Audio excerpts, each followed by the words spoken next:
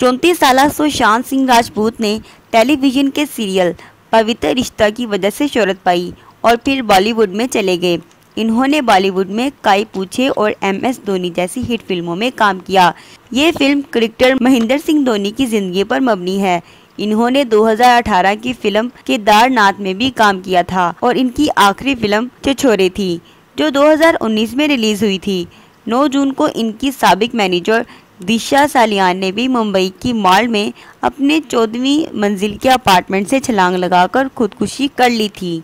इसके पास से कोई खुदकुश नोट बरामद नहीं हुआ था और फिलहाल तफ्तीश जारी है।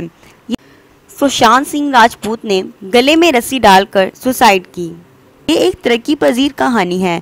एक बार फिर मज़ीद तफसील सामने आने के बाद हम इस कहानी को अपडेट करेंगे।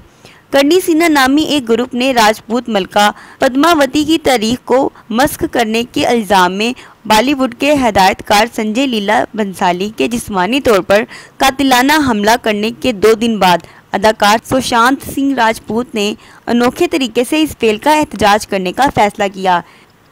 इसने फैसला किया कि अपना नाम राजपूत और सिंह भी एक दिन के लिए छोड़ दें। इसने ट्विटर के डिस्प्ले नाम में तरमीम करके ये काम किया जो आज सुबह अपने पुराने नाम सिंह राजपूत के साथ पर रैप्स है। इन्होंने दावा किया कि इन्होंने ये पैगाम भेजने के लिए ऐसा किया है कि कर्णी सिन्हा जैसा ग्रुप तमाम राजपूतों की नुमाइंदगी नहीं करता है, जबकि कुछ खास तौर पर मरकजी दहारे में शामिल मीडिया और अदाकार के मदाहों के ख्याल में ये एक हैरत अंगेज इकदाम है। दूसरों ने इस फेल के पीछे मंतक पर भी सवाल उठाया, जैसा कि सुशांत सिंह राजपूत ने दावा किया था।